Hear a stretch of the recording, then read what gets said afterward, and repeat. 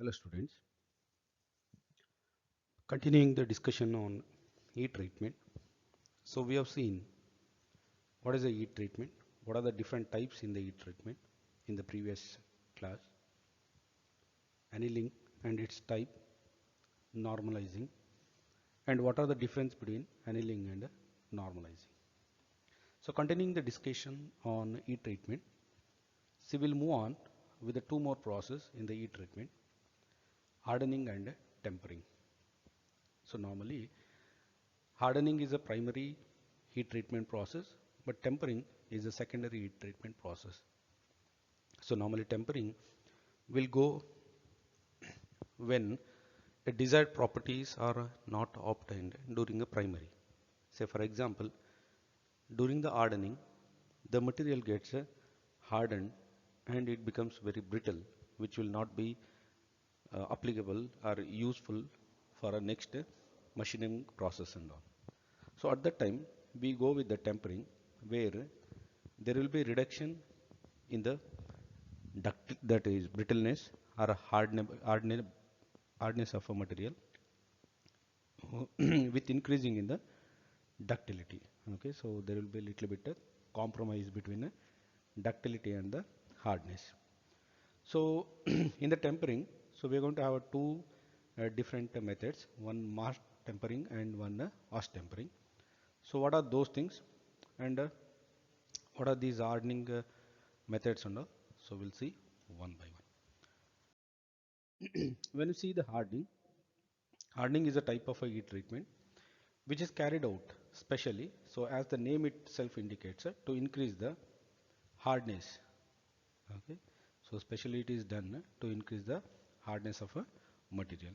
So again in the hardening also, so it will involves three steps. Okay, so is heating to a particular temperature, so which produces austenite. So obviously it is above A1 critical, and holding at that temperature till we get a constant temperature throughout the specimen. So once we get the constant temperature, that is uniform temperature throughout the specimen, so specially we'll quench that one using a proper medium to the room temperature. So here we are not going to give enough time to bring the temperature to the room temperature. So if you recall the things what we discussed on triple T and the CCT diagram, the curve number 6 and 7 normally carried out for a hardening. Okay, the hardening process are replicated with the curve 6 and 7. So where they will not take a much time to bring the temperature to the room temperature. So if you again recall the triple T diagram, so if you have a curve number 6 and 7 where it's a critical cooling rate and less than a critical cooling rate, so we'll end up with the martensitic structure, that is a acicular needle like a structure, so which are hard and brittle in nature. So we have seen those microstructure also, and we have seen what are the property associated with the martensite in the previous module. Okay, so by quenching, an extremely rapid rate of cooling rate is obtained, and when this rate of cooling is faster than CCR, that is what I said, critical cooling rate, so we will end up with a martensite, so which will be responsible to increase in the hardness of a steel. Okay, so this martensite is the hardest phase. Okay, so it is the one which is having a 65 HRC. Okay, so the 65 Rockwell hardness number tested with the cone indenter. Okay, so and it is a non-equilibrium phase. So these things we have seen it in the triple T and CCT diagram. Okay, so where the martensite is going to be appeared, so when the cooling rate is faster than critical cooling rate. So in order to obtain the steel of higher hardness, it is desirable to have a more and more martensite. Okay, so and even with the greater carbon percentage. So if the steel is having a higher carbon content, so it is likely to form a martensite when the cooling rate is faster than the critical cooling rate. Okay, so whenever you want to have a harder steel, so we need to have a martensite. So then your critical rate should be faster than the critical cooling rate. Means you need to follow the curve number 6 and 7 on a continuous cooling transformation curve. So if you see here again, so we are going to indicate the eutectoid reaction where we are going to consider the hypo and hypereutectoid steels. Okay, one less than zero 0.8, one more than 0.8. See, you can see here the difference between the temperature range for hardening of a hypo and hypereutectoid steels. So when it comes to the hypoeutectoid steels, we need to heat the steel to a single phase mixture which is above this A3 line. But if you consider the same thing with respect to the hypereutected steel, the temperature is not same here. Why?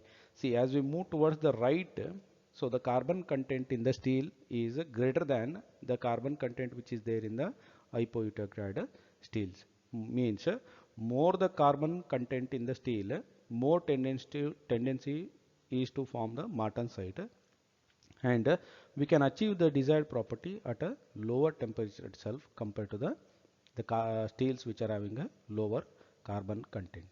Okay, so remember here for hypoeutectoid steels the temperature should be well above A3, and for hypereutectoid steels the temperature is well below the ACM line.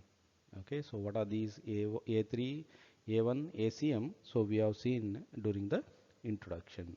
Okay, so while during the cooling of that one, so it is rapidly cooled to the room temperature with the help of a different medium like a water or a brine or a different conditions. So depending upon the hardness which you want it on the specimen.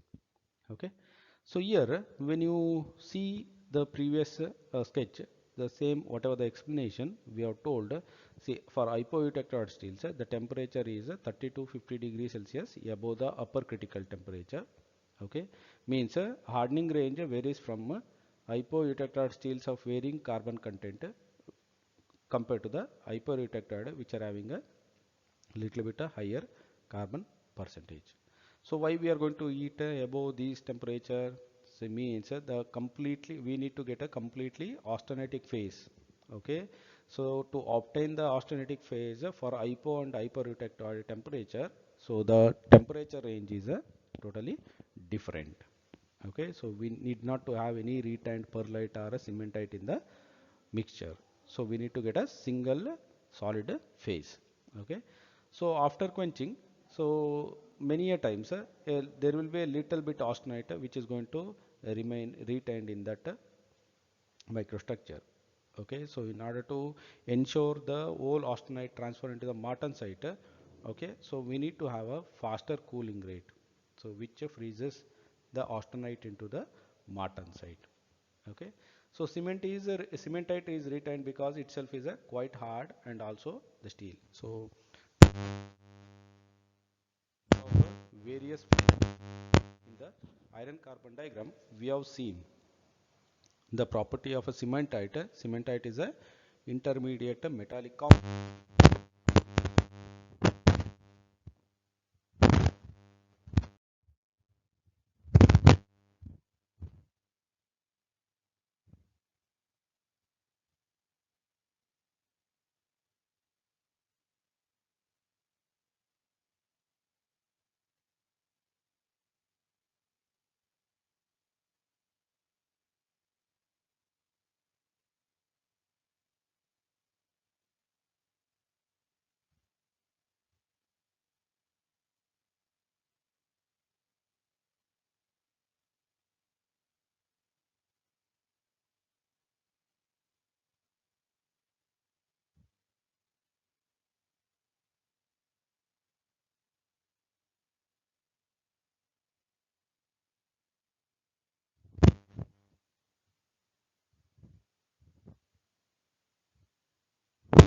get brittle, okay, and it is having a more hardness number, which will not be suitable for a practical application. Say for example, it may not be having that much load bearing capacity, okay, so there may be cracks which are going to develop and may lead to the sudden failure, okay. So we need to reduce that brittleness, okay, or hardness, in order to increase the little bit ductility in the material. So at that time we go with the tempering, okay. So tempering is a secondary heat treatment process, so where the specimen after the hardening is heated well below A1 temperature, so well below the A1, that is a 727 degrees Celsius. You can see here the range is well below 700 degrees Celsius. So here heating at that particular temperature and keeping for a constant time and cooling that one slowly to the room temperature, so will decrease or will reduce the hardness considerably in the hardened materials, okay. So you can see the temperature range, okay, so even the different temperature lines, so which we had already discussed for different heat treatment process. So you can say here again, so hardening is a heat treatment develops extreme hardness, so which reduces their toughness, that is a absorbing energy, okay, so they become very brittle and unsuitable for application. So as I said, tempering is a secondary heat treatment process, so where it is normally used, okay, so in order to make the hardened material to be applicable in the real condition, to be applicable in the real condition by sacrificing the hardness, okay, so the materials will be suitable for application in the practical conditions, okay. So tempering is a consist of a further heat treating the hardened steel to various subcritical temperature. Those things are not above the critical temperature. These things are heated well below the A1 critical temperature, okay, leading to the reduction in the hardness. Okay. So what are the objectives? To relieve the residual stresses, maybe during sudden cooling, okay, sudden quenching, we can say quenching, okay, there may be shrinkage in the material, which leads to the residual stresses which are going to get developed inside the material. To improve the ductility, toughness, impact strength, so as I said, they are having a good strength, okay, so good hardness, good brittleness, so which will be compromised to get a ductility, a toughness and impact strength, to reduce the hardness and to convert a retained hardness, okay. So whatever the see these Fe3C which is retained in that one, which leads to the hardness of a material, so those things are transformed to the ferrite and a pearlitic condition, so where the hardness of the material is reduced considerably, reduced considerably. So how exactly we are going to do these things, okay, so tempering process, all those things we can see it here in a 3 stages. So the stage 1, we are going to heat to the 150 to 200 degrees Celsius. So what exactly we are going to carry out? So immediately after quenching, during the hardening process, the specimen is heated in an oil bath to this temperature to relieve internal stresses, okay, and begin decomposition of a retained austenite. So during a hardening, okay, so during quenching, rapid quenching, so whatever the internal stresses which are developed because of uneven cooling and all, so those things are relieved by heating this specimen, okay, in a oil bath at a temperature of 150 to 200 degree Celsius.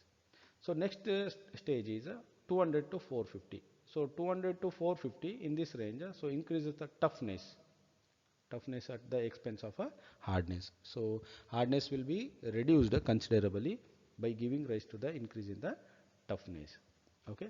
So how exactly the toughness will increase? The carbon precipitating out of martensite forms a cementite, okay, particle.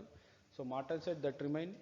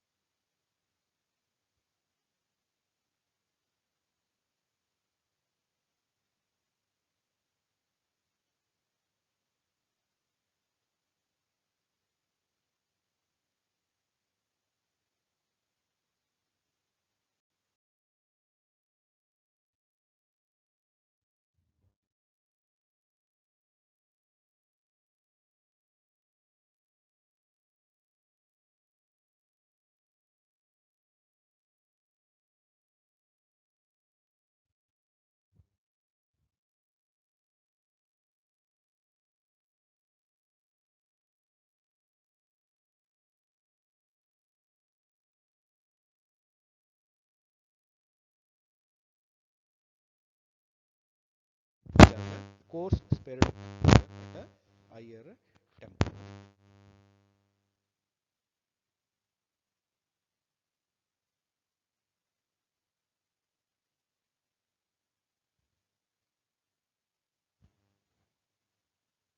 Formation of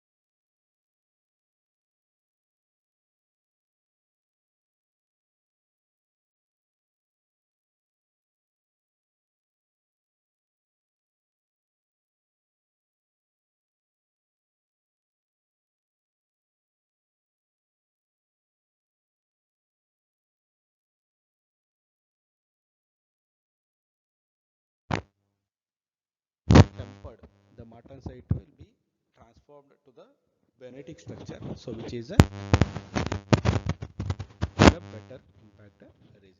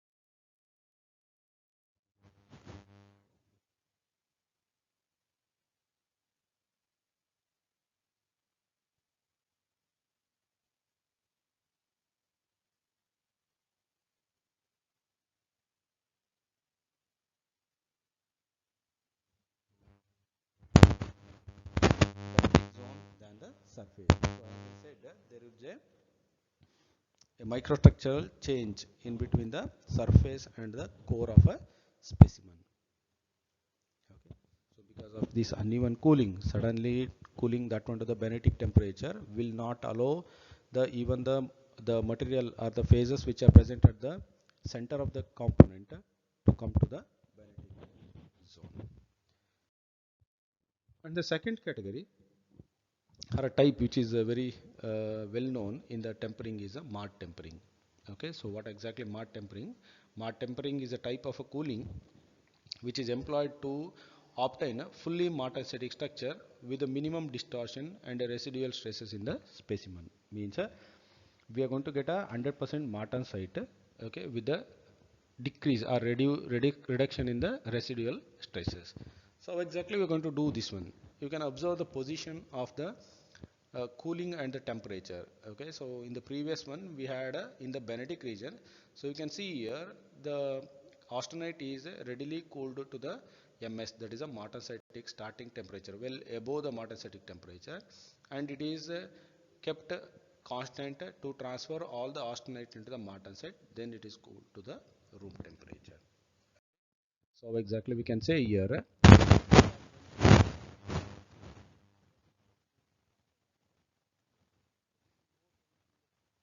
are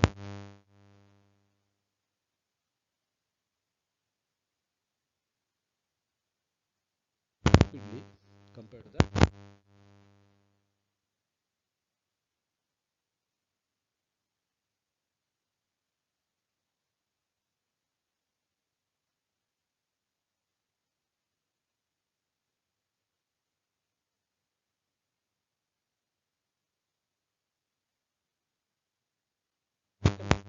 putting the temperature inside and outside of the specimen quantity, keeping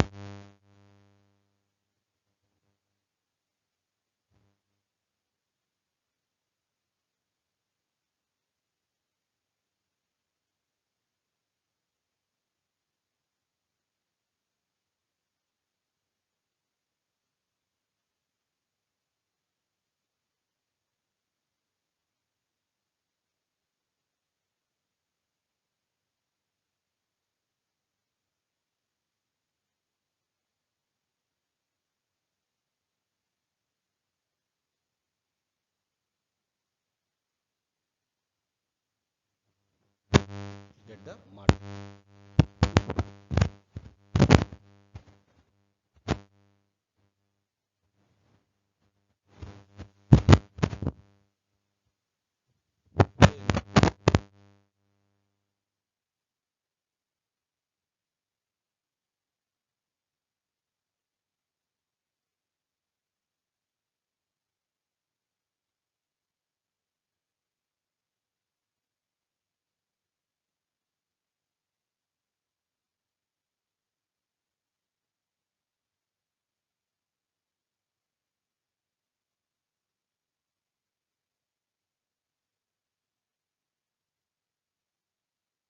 That's how we are going to get a uh,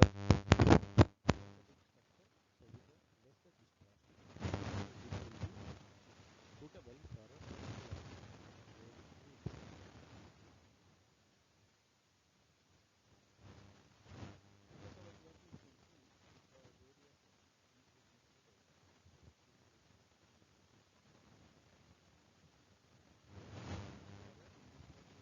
the question like explain the half something or a mark something. So we can we need to draw. So we need to show the cooling of the surface and okay. So then we need to see okay. So what in order to minimize the difference between the surface and the core. So what are the methods are employed? Okay. So it is well better constant temperature. So it's the quench prevailing temperature in the surface.